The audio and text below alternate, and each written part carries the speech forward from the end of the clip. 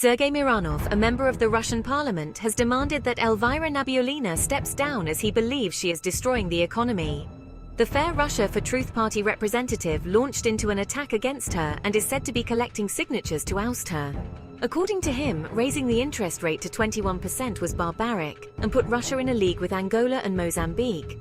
She has brought us into sabotage, but she can't do anything, he said. Only her resignation will help, he added. This news came from the Federal Internet Company in Moscow.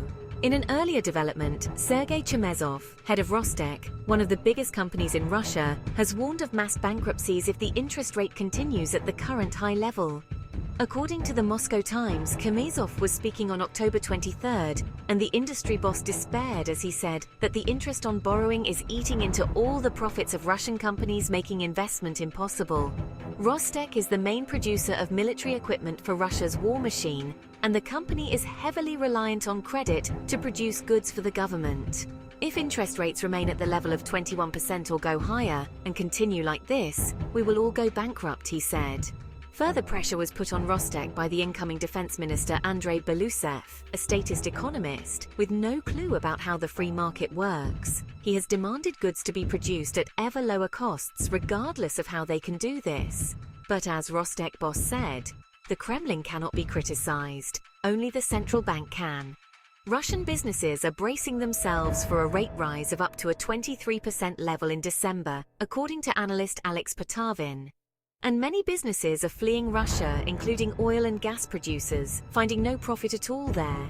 In another first earlier this month, the governor of the Central Bank of Russia, Elvira Nabiullina, made a controversial sideswipe at Putin's costly obsession with destroying Ukraine, making it clear that the country can no longer afford to fund war. Desperate to balance the new 7,000-page budget for 2025, Nabiullina has been faced with the impossible task of controlling inflation. With the economy heading for hyperinflation, putting up interest rates is still her only tool. Interest rates are most likely to rise again, making it the 9th time this year. And in a strange quirk, as soon as the date is announced, Russians make haste to banks and loan sharks to borrow and spend as fast as they can. They rush to beat the rate rise, believing that inflation will negate future interest. And despite her early support for Putin and his illegal invasion of Ukraine, making her complicit as a war criminal and international pariah, her days in the hot seat seem likely to be numbered. Putin's unrealistic demands to bring down inflation whilst expanding the war economy by a prospective 25% seem unrealistic. Despite the planned increase in the military budget to 13 trillion rubles, the sum is still not enough, according to former Duma member Vladimir Milov.